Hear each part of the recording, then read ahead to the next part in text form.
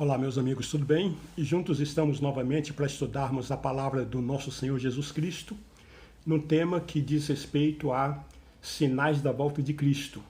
E dentro de uma abordagem vamos estar dando continuidade ao assunto sobre Israel, o relógio de Deus.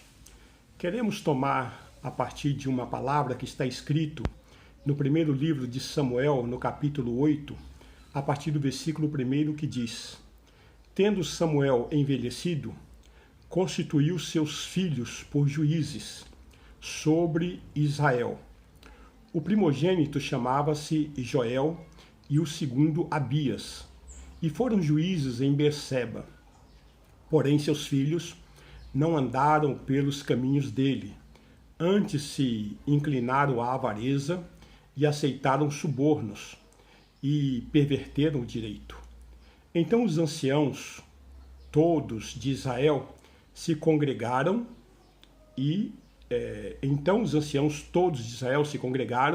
e vieram a Samuel a Ramá e lhe disseram: Vê, já estás velhos e teus filhos não andam pelos teus caminhos.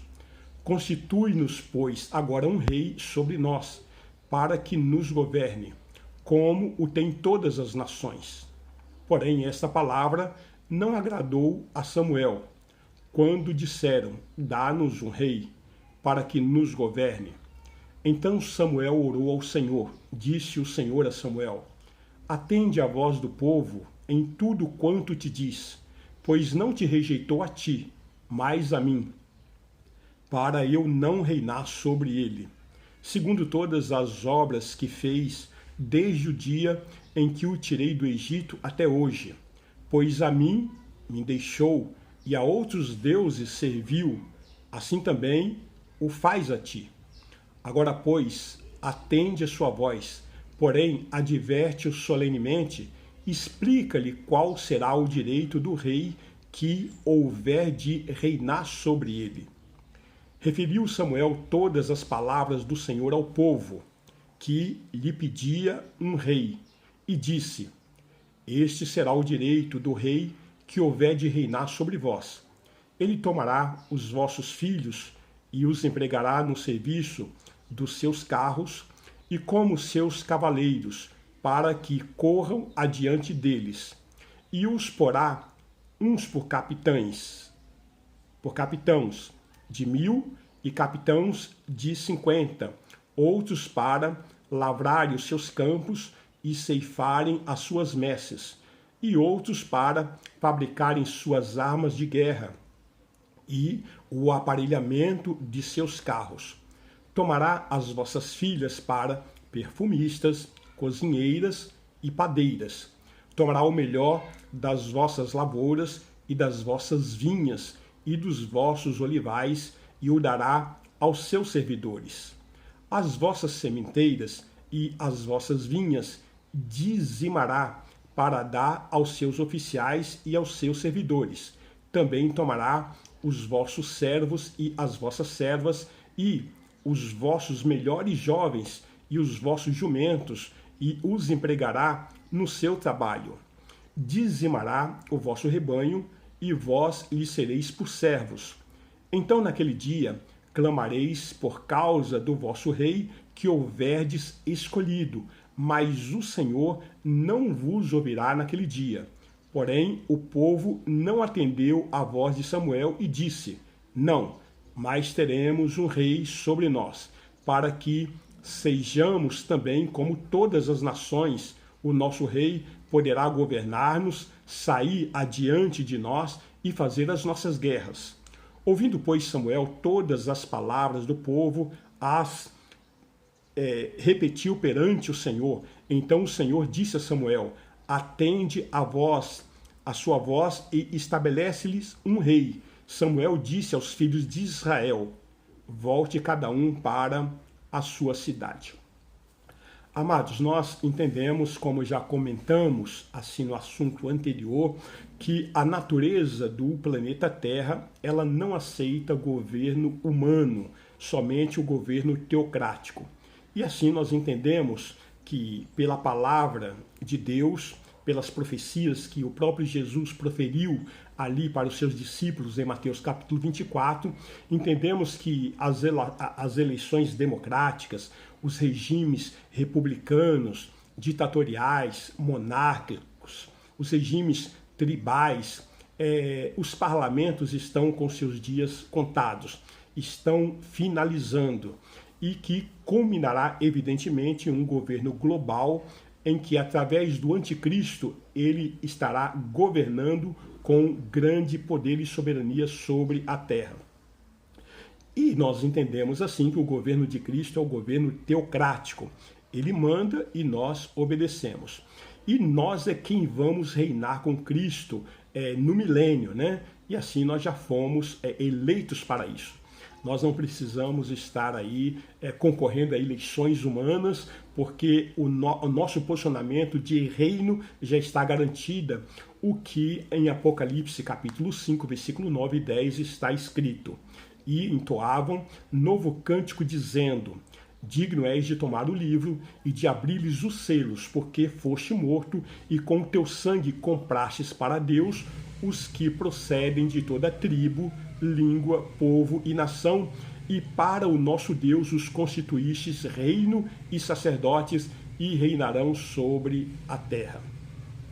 Amados, nós entendemos que um dos sinais que Jesus cita é a figueira, e a figueira é o símbolo de Israel. Os membros da igreja, esses são os ramos da videira, e, evidentemente, em Cristo Jesus, nós daremos muitos frutos. Diz então a palavra do nosso Senhor em João, no capítulo 15, a partir do versículo 1. Eu sou a videira verdadeira e meu Pai é o agricultor. Todo ramo que, estando em mim, não der fruto, ele o corta. E todo o que dá fruto, limpa, para que produza mais fruto ainda. Vós já estáis limpos pela palavra que vos tenho falado. Permanecei em mim, e eu permanecerei em vós. Como não pode o ramo produzir fruto de si mesmo, se não permanecer na videira, assim nem vós podereis dar, se não permanecerdes em mim. Eu sou a videira, vós os ramos. Quem permanece em mim e eu nele, este dá muito fruto, porque sem mim nada podeis fazer. Palavras do nosso Senhor Jesus Cristo, então, revelando que nós, membros da igreja, somos os ramos da videira. Jesus disse, portanto, que a figueira brotaria, né? E não disse que ela seria plantada. A figueira já estava plantada, porém sem frutificação. Israel, portanto, permaneceu 1878 anos no exílio.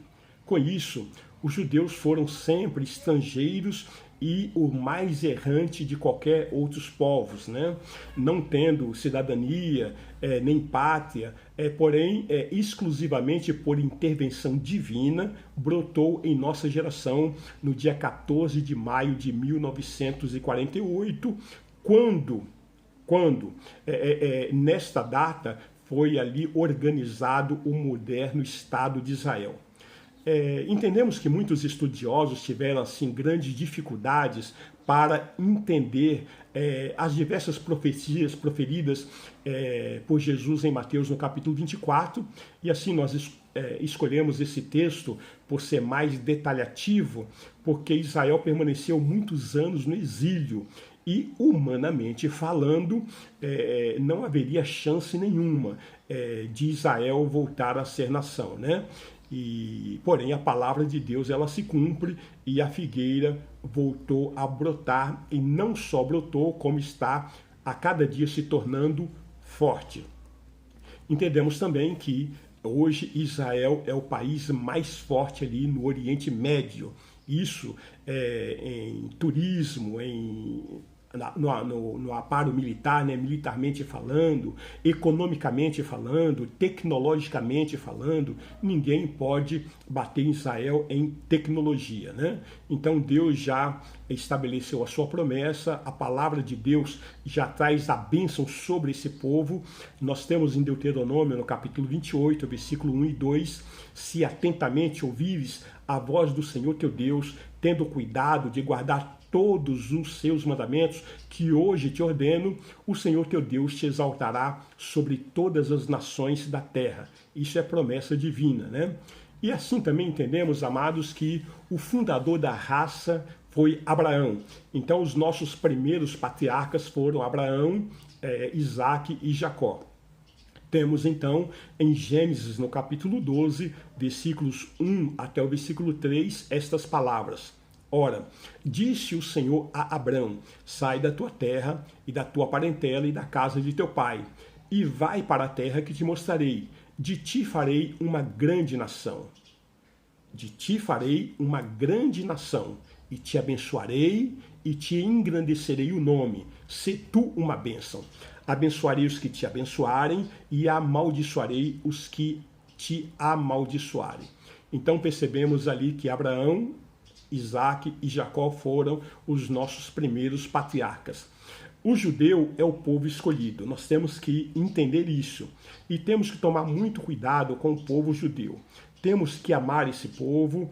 É claro, nós não vamos concordar com tudo que eles fazem, né? Isso não quer dizer que nós devemos abonar tudo aquilo que eles fazem. Mas nós entendemos que definitivamente o judeu é o povo escolhido por Deus. E Deus usou esse povo para nos trazer a revelação que hoje nós temos, né? A revelação da palavra de Deus, na plenitude dos tempos, Jesus Cristo nasceu. Então, hoje nós temos a revelação e temos Jesus. A igreja veio através dos judeus.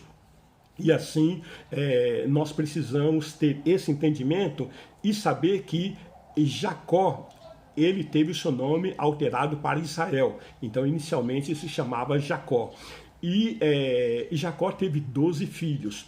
De maneira que o penúltimo filho, José, ele é levado cativo para o Egito e ali, vocês conhecem a palavra, ele foi vendido para Potifar e depois ele foi preso, ficou aproximadamente 12, 13 anos preso, mas Deus, em sua intervenção e no seu propósito sobre a vida de José, o levantou e estabeleceu como primeiro-ministro no Egito. E ali José levou a sua família, foram ali morar na terra de Gósen, e portanto José trouxe a sua família e ali eles fizeram parte da High Society, né? O cume da sociedade egípcia na época. Mas depois Faraó morreu, veio um outro faraó que não conhecia a família de José, e porque o povo hebreu estava se multiplicando muito, eles então começaram o período de escravidão sobre os hebreus, que durou aí 430 anos. E assim, dentro do propósito divino, nasceu Moisés com pelo menos duas funções. Moisés, ele nasceu para ser o libertador de Israel e também para ser o legislador de Israel. E Moisés, então, escreveu os 5 primeiros livros da Bíblia, Gênesis, Êxodo, Levíticos, Números e Deuteronômio, né? Que nós o conhecemos como Pentateuco e que os judeus têm como o Torá. E Moisés se torna, portanto, um homem ferido pelo rebanho. Por quê? Porque Moisés pendeu para o povo. E nós, pastores, temos que tomar muito cuidado com o rebanho, porque acima do rebanho nós temos que ter a vontade de Deus para a condução. E Moisés, então, não entra na terra prometida, nem Moisés nem Arão, porque quando Deus disse a Moisés para falar com a rocha, Moisés foi e bateu na rocha, né? E assim Deus levanta Josué para introduzir o seu povo na terra de Canaã, na terra prometida. E aí, amados, vem um período de juízos depois da morte de Josué. Josué morreu com 110 anos e esse período de juízes durou aproximadamente 300 anos, né? Após o governo teocrático, porque veja, a partir de Abraão começou o governo teocrático. Deus dava direção e dava condução para o seu povo, para os hebreus.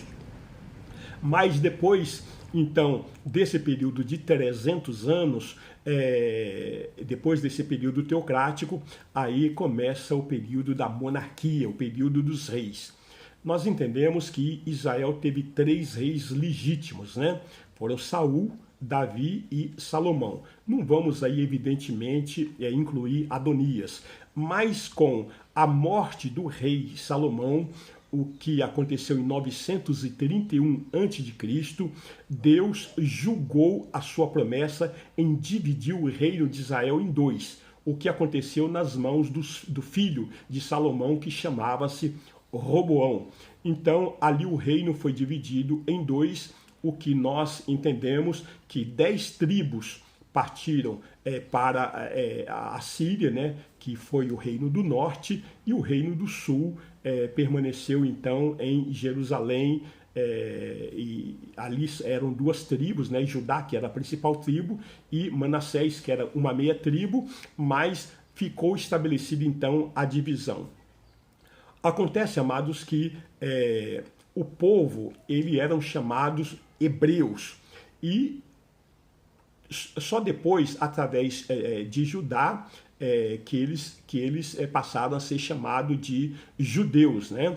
E ali eles têm a capital como Jerusalém, que ali estava a tribo de Judá e a tribo de Benjamim. Por causa do nome de Judá, então, que veio esse nome de hebreus. Acontece que no ano 722 a.C., Sargão II, rei da Síria, ele destrói o reino do norte, né? Ele espalha aí por todo o mundo as 10 tribos, e de maneira que o reino do sul ele permanece até 586 a.C., quando Nabucodonosor, então, ele sitia ali o reino do sul e leva cativo para a Babilônia. E nós entendemos que alguns poucos fugiram para os montes, né? E depois voltaram para se misturarem com aqueles que vieram de outros lugares. Quando foram, estou me referindo quando o reino do norte foram esparramados por Sargão II. Então porque por causa da cidade de Samaria, né, que era a capital, eles foram então chamados de samaritanos. E ocorre então que Nabucodonosor, ele realizando a sua revolta, ele leva o seu povo para a Babilônia, onde o povo ali passa a cumprir 70 anos de cativeiro, né? Então, amados, depois que termina esse período dos 70 anos, e nós precisamos entender também por que o povo foi levado para o cativeiro babilônico. Nós temos ali no último capítulo de 2 Samuel o motivo pelo qual Deus determinou esse cativeiro. Nós entendemos assim: a palavra de Deus determinou ao seu povo que trabalhasse durante 6 anos a terra. E no 7º ano seria o ano do descanso. Só que o povo não deixou a terra descansar, não obedeceu essa ordem do Senhor e trabalhou direto durante 490 anos, quando então veio a conta, né? 490 dividido por 7 dá então 70 anos de cativeiro babilônico. Este foi o motivo principal porque o povo foi conduzido ao cativeiro babilônico. Eu quero dizer a você que está nos ouvindo que Deus é o mesmo ontem, hoje e Ele é eternamente. E muitas vezes nós acabamos brincando com a graça do nosso Senhor e achamos que Deus é misericordioso ao ponto de suportar os nossos pecados, a nossa iniquidade. E eu quero dizer que não pense dessa maneira, porque quando a conta chega, a conta chega de uma vez só. Às vezes você está vivendo uma vida de pecado, está dizendo, não, comigo está tudo bem, Deus continua me abençoando, o que tem aqui uma mentirinha, o que tem aqui um roubo, o que tem aqui uma corrupção, o que tem aqui um adultério, e muitas vezes você não se dá conta do perigo em que você está ocorrendo, e a misericórdia de Deus está te proporcionando para que na multidão dos seus pecados você tenha o arrependimento e você se converta, você realmente se entregue ao Senhor Jesus Cristo e saia definitivamente do pecado. Veja que esse exemplo nos deixa de uma forma muito clássica, que o povo durante 490 anos não obedeceu à palavra de Deus, mas quando a conta chegou, chegou de uma vez só. Então, não tem aí carnezinho das Casas Bahia, né, como é o caso do Brasil, ou das lojas americanas, ou em qualquer outra parte do mundo. Eu creio que existem aí alguns magazines que vendem a prazo, vendem a prestação Com Deus é assim, Deus vai dando tempo para arrependimento, Deus vai falando de várias formas, várias maneiras, mas quando não há obediência, chega uma hora, amados, que a conta chega. E para que isso não aconteça, Deus já tem falado consigo, Deus às vezes levanta uma pessoa, um profeta para te trazer um recado, fala através de sonhos de várias formas e várias maneiras, então é tempo de arrependimento. Se arrepende para não incorrer nesse tipo de condenação. Mas após os 70 anos de cativeiro, o povo então retorna para restaurar a sua vida, né? Então, através ali de 3 levas, né? Uma liderada por Esdras, outra através de Neemias e outra através de Zorobabel, eles voltam para reconstruir os muros, reconstrói o templo, reconstrói a cidade e restabelece a vida nacional de Israel novamente, né? E assim passaram-se mais 400 anos, né? Segue-se a história onde Jerusalém ela é conquistada várias vezes, né? Pelos gregos, através de Alexandre o Grande, através dos romanos, né? Por intermédio do general Pompeu, e no ano 63, e assim, quando da plenitude dos tempos, Jesus Cristo nasce. E eu quero dizer que Jesus Cristo nasceu em um tempo em que a paz era estabelecida ali no Império Romano, né? Conhecida, portanto, da Pax Romana, em que ali o imperador era César Augusto. Nesse momento, nesse ambiente, Jesus Cristo nasce e então cumpre-se a plenitude dos tempos, né? E no ano 70, portanto, da nossa era, cumpre-se a seguinte profecia, que está escrito em Lucas, no capítulo 19, a partir do versículo 41 até o 44.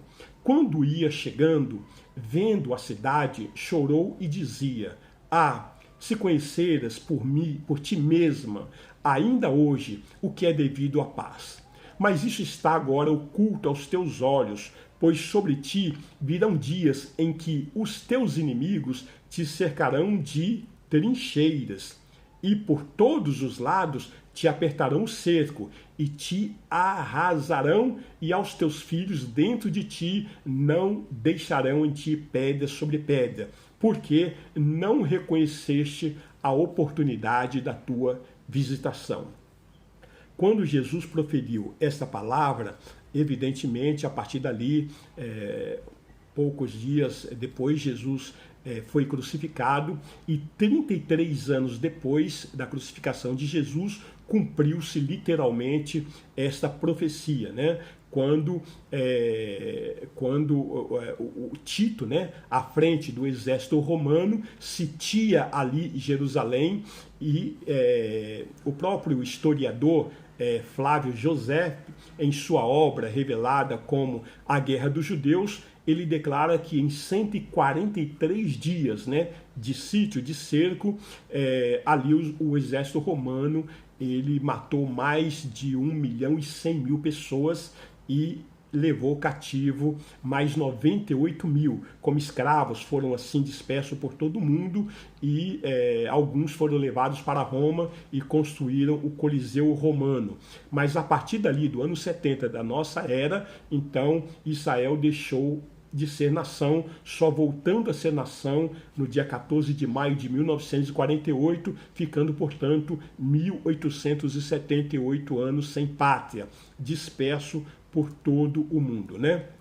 Então veja, amados, que não há paralelo em toda a história da humanidade de uma nação que depois de tanto tempo volta a ser nação no seu próprio lugar, no seu próprio território, né? Não existe paralelo. Então, o que aconteceu é que depois do término da Segunda Guerra Mundial, os navios superlotados ali, eles não podiam ancorar, porque nenhuma nação aceitava os judeus, né, que estava vindo do Holocausto, da Segunda Guerra Mundial, eles eram impedidos de ancorar. E assim, para resolver rapidamente o problema, em questão de urgência, a ONU, em 1947, voltou e aprovou a criação de 2 estados na Palestina. Um estado judeu e um estado palestino para poder então abrigar o povo de Deus, o povo de Israel. E então dessa maneira, David Ben-Gurion, em uma casa em Tel Aviv, ele estabeleceu e decretou a fundação do moderno Estado de Israel. Portanto, a figueira brotou no dia 14 de maio de 1948. Quando Jesus Cristo ele fala em Mateus 24, versículo 32, olhe para a figueira. Figueira representa a nação de Israel. Quando ela brotar, quando ela começar a soltar os seus ramos, se fortalecer, está próximo, estou para voltar. Esta, portanto, é a última geração estabelecida e mencionada pelo Senhor Jesus em Mateus capítulo 24. Portanto, amados, a figueira brotou, Israel brotou. Israel voltou a ser nação no dia 14 de maio de 1948. Que Deus abençoe grandemente. Até o próximo estudo, onde nós, a partir desse ponto, daremos continuidade sob essa abordagem Israel, o relógio de Deus. Deus abençoe grandemente a ti, a sua família, ao seu trabalho, ao seu ministério e tudo que o Senhor tem colocado à sua disposição. A minha palavra e a minha bênção sobre a sua vida é essa, que o Senhor dos Exércitos continue sendo a tua retaguarda. Em nome de Jesus Cristo, amém. Glorificado seja o nome do Senhor.